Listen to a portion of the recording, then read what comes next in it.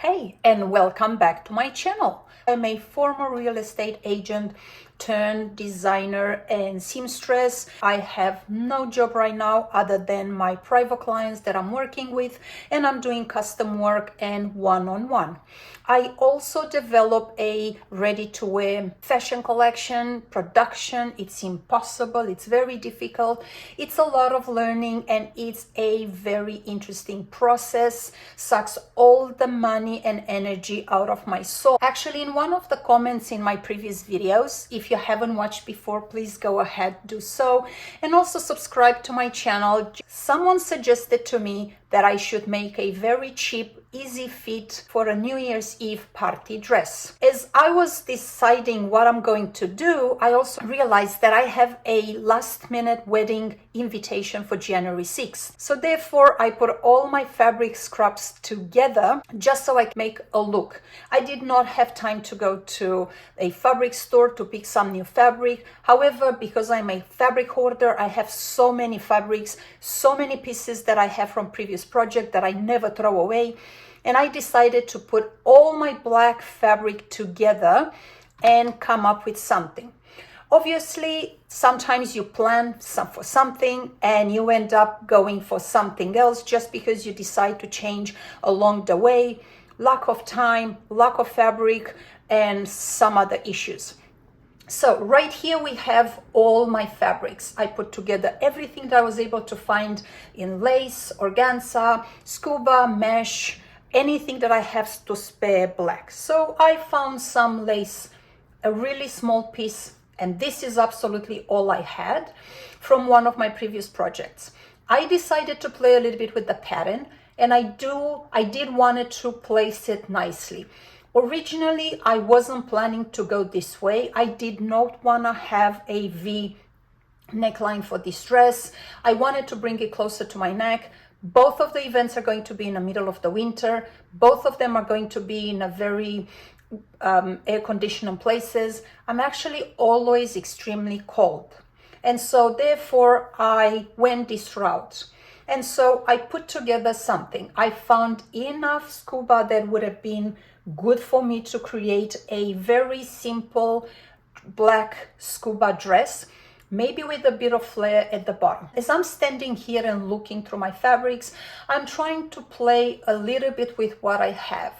The jersey that I have and that I like wasn't actually the best quality, was very thin and flimsy. And so as I started pinning, I decided that this is actually not the one I want to go for. But however, I needed to put it next to something else just to be able to compare a little bit better. And so I pair it with my scuba.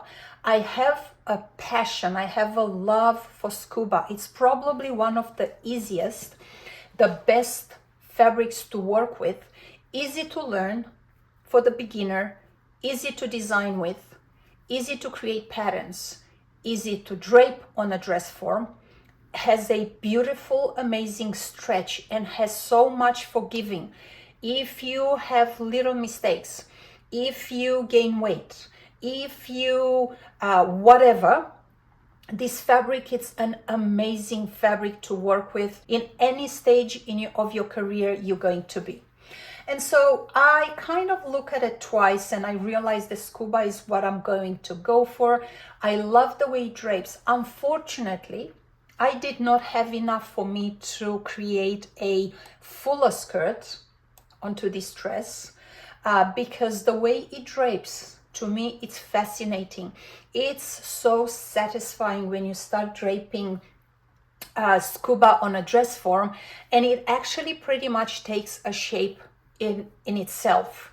It kind of guides you. This is one of the very few fabrics that I ever work with my life that I'm actually listening to. I am listening to scuba. I put it on a dress form and then I stand back and I look at it. And the way it drapes is fascinating. It gives me a way to go with. But at this point, as I was looking around my room, around all my scrap boxes, I realized that I will not have enough to create any type of fabric manipulation that would have kind of give me that drama into this dress, put some extra panel to gain movement. And so realizing that that's going to be an issue for me, I just really wanted to step back and just make a just simple straight sheath dress that is going to give me enough fabric. I wasn't really planning to go out and buy fabric, and so sometimes you just got to work with what you have, as simple as that. It wasn't a compromise, and I think you will see if you watch this video by the end. I think you're going to realize that wasn't really a compromise. It's just me as a perfectionist. I really would have liked to take a different route with this dress. But hey, let's see what I came up with. And so what I did, I've actually just cut out the lace. I tried to play up a little bit with the bow placement. And so I came up with this shape. I didn't want to go too deep, mainly because the dress, the wedding that I'm going to go to is going to be a lot of church people, and I just wanted to keep it a little bit decent.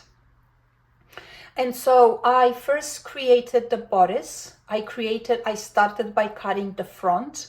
I usually go with a panel that I'm going to cut with good measurements. I know my measurements by heart by now. So I almost fit exactly as my dress form. I am a slight size 4. My dress form is a size 6. Being a stretchy fabric, I decided to give a little bit of a snug feel to it. So I created the pattern exactly for size 4.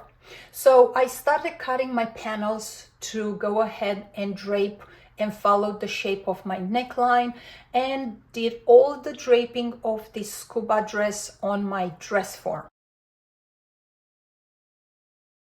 So as I told you, I am a huge fan of draping, especially draping scuba and stretchy fabric on a dress form. If the dress form actually matches kind of your measurements, if you do really work only for yourself mainly, that you're going to see that it's absolutely easy.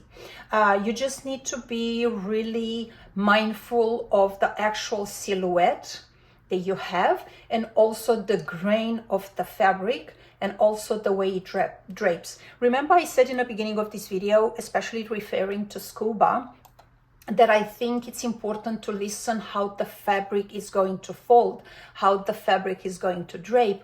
I think by forcing the fabric and pulling it, you're only going to have a very random shape.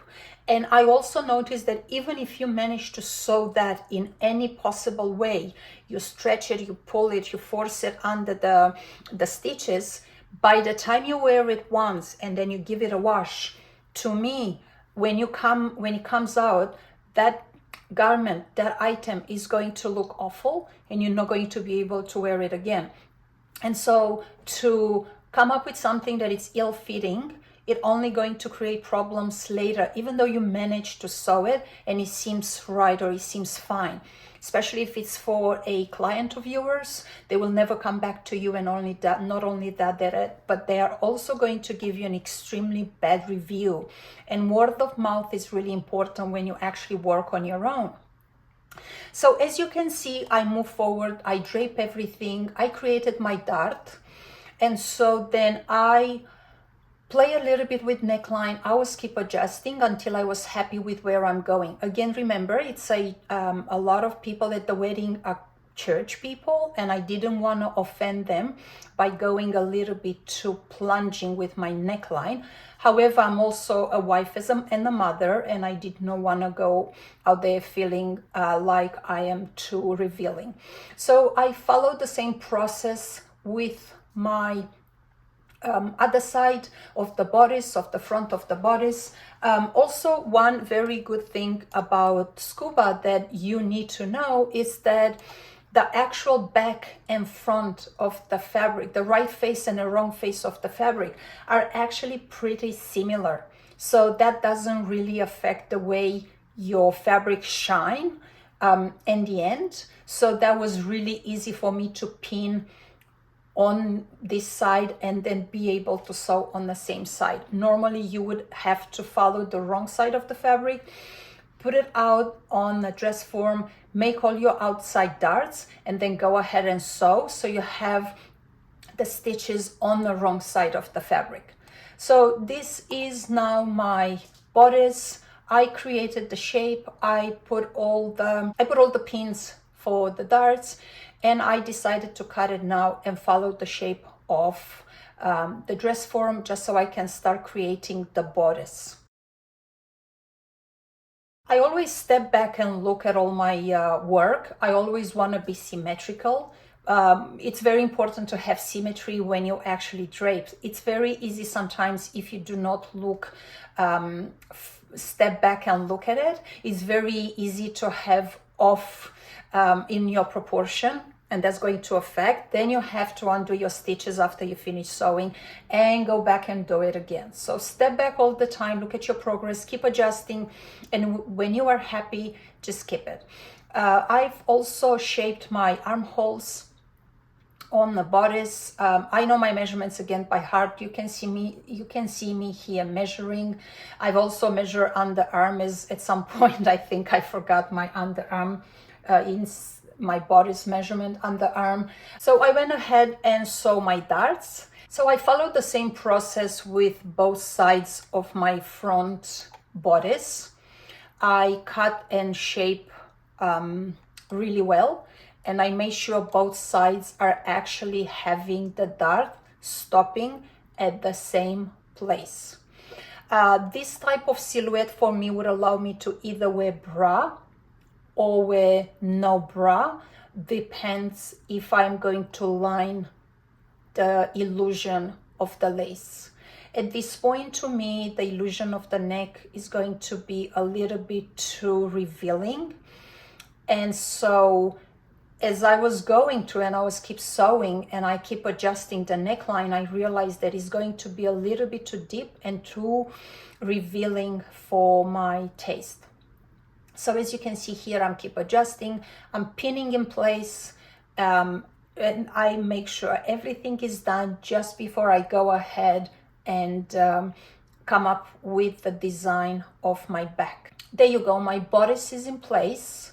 I pin it. I am happy with where the V neckline stops. But as I step back and look at it, I realize that I feel like it's a little bit too revealing. It's a bit too much see-through, and I do not like it. So I removed the lace, and I realized that I have a leftover piece of mesh somewhere in my studio, and I placed it in such a way that I was able to sew it and become a underlay, or if you want, a lining for the piece of lace, which is the V neckline for me. And so this is going to give me enough coverage to be decent. It's going to give me enough coverage to feel decent and to feel like I am not out of place for that event. So I went ahead and I sewed that into my lace. Made sure it fits properly. Control the fabric as you sew. Always make sure you have the right stitches. Always make sure you have the right tension for the thickness of the fabrics you are sewing.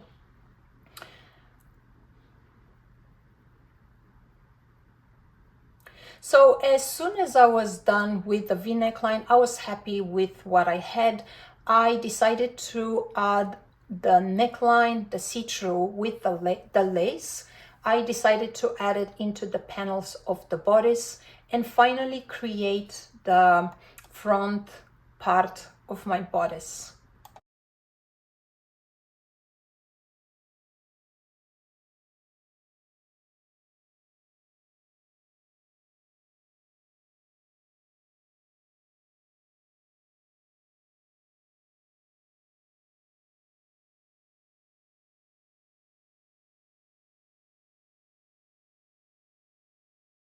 So there you go, it's all done. After I finished and I looked at it, it felt to me like it's a little bit too much.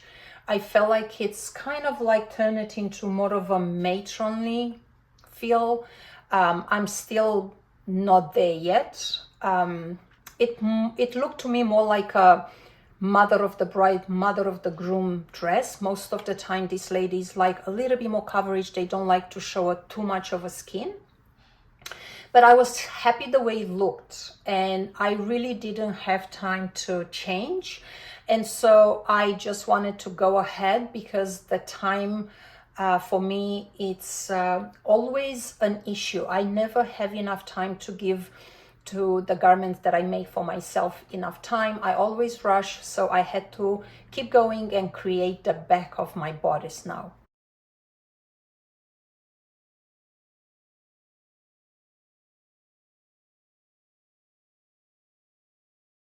The zipper that I chose was a black zipper. It's not a hidden zipper, it's a dress zipper, but because in the end I didn't want to show too much of a panel and I wanted to have a very clean fit, I actually treated as sew it as a hidden zipper.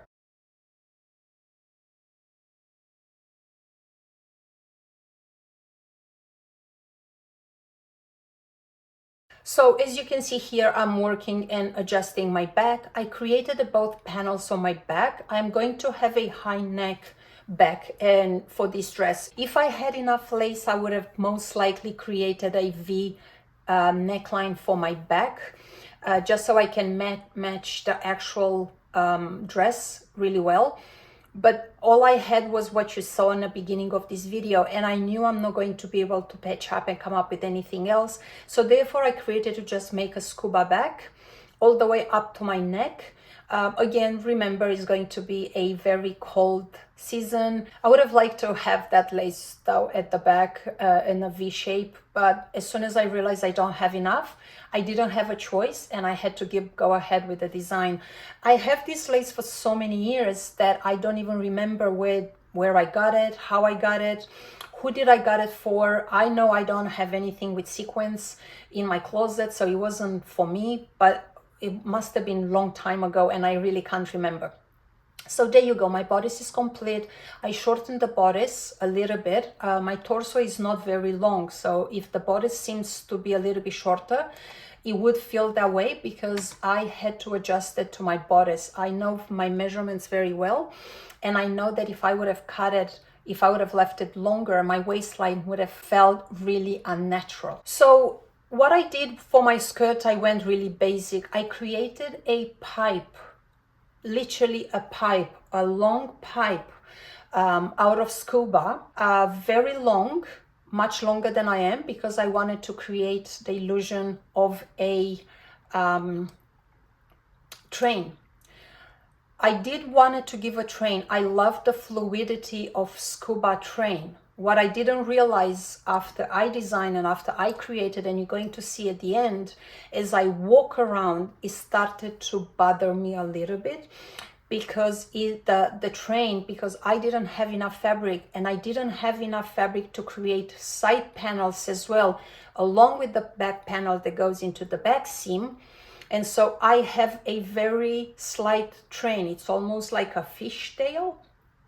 But literally, this is all I had, unfortunately. And whatever panel I was able to create the fishtail with, that's absolutely my maximum of the fabric. I really didn't have anything else. I wish I had more, because probably, in my opinion, the wider the panels would have been, the wider the train would have been, I think I would have been able to work with. And so I would have been able to have that volume, and the train would have naturally been just follow me smoothly. It doesn't really look like that in the end, and I will have to find a solution to that as well. So right here you can see into my pipe, and the only reason I created as a pipe was because this is the only fabric I had, and literally I had no other choice for design. I wasn't able to make any fabric manipulation. I wasn't able to make any fancy designs, unfortunately. But I think it came out absolutely beautiful, and I'll be very happy to wear it. And just for you to know, these scraps probably cost me somewhere under $10, $12 to create a beautiful dress, where normally you would pay at least $200, $250 at Macy's or some other retailers. So this is the back panel. This is now, I've added the dress back into the dress form, just so you can see exactly how it's going to look with the train applied to the back seam. I think it's going to look beautiful. I will have to adjust the length as I'm not that tall. I am 5'3", and I think I'm going to wear somewhere about 3.5 inches high heels. So I think I'll have to adjust and play a little bit with the length of my skirt, make it comfortable. I also have a 6-year-old boy that is probably gonna run all night, and I have to make sure I keep up with him so I don't lose him. As soon as I was able to finish with the skirt, I look and saw how much fabric I have left, and I realized that I have fabric enough to create the sleeve, but I felt like that I will only have one lace V neckline, and so I wanted to add a bit of flair. I wanted to add a bit something to make it a little more of a cohesive design. I patched up a little bit, and I added some triangles as well into my sleeves. So the sleeves puffs up a little bit. I gave a little bit of a playful fabric manipulation to it, so I create a bit more volume. I didn't want to have a fitted sleeve because I think I have very thin arms, and I think that would have looked a little bit funny for me to wear. So that therefore I decided to give a little bit of extra detail, to give a bit of a puff and make it a little bit more formal in it, if anything, and make it a little bit more me. So this is my bodice complete. All I have to do right now is actually add my skirt into the bodice. I will not add anything into the waist because I have a belt that I purchased a long time ago with a big flower, and so I think I'm going to wear that just to cover the middle seam, so I don't complicate myself and add anything at all when I am closing the dress. And drum roll, there you go, you have it. This is the dress right before I decided to add the horsehair braid. I thought that the horsehair braid is going to solve a little bit the problem that I have.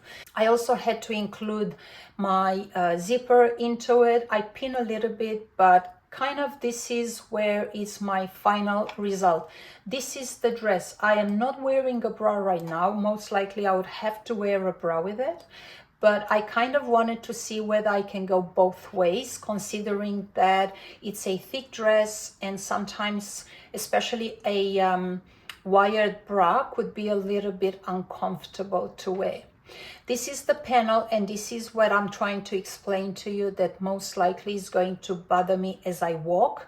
Is going to create a little bit of more of, if anything, uncomfortable and made me trip me, or I don't know. I'm not really a big fan of formal dresses. Everywhere I went, I wore something a little bit less formal, but I need to step in a real world and I need to make myself a little bit fancier for this party and for the wedding as well. So this is the dress I created with. Probably took less than 7-8 hours, maybe a little bit more. This is exactly the way I'm going to wear it. I'm going to add a bra, most likely the same shoes. And so I hope you enjoy my video. Please subscribe. I have so many projects coming up. I hope you like it. Click the like button, subscribe, and I see you guys with my future adventures. Take care. Goodbye.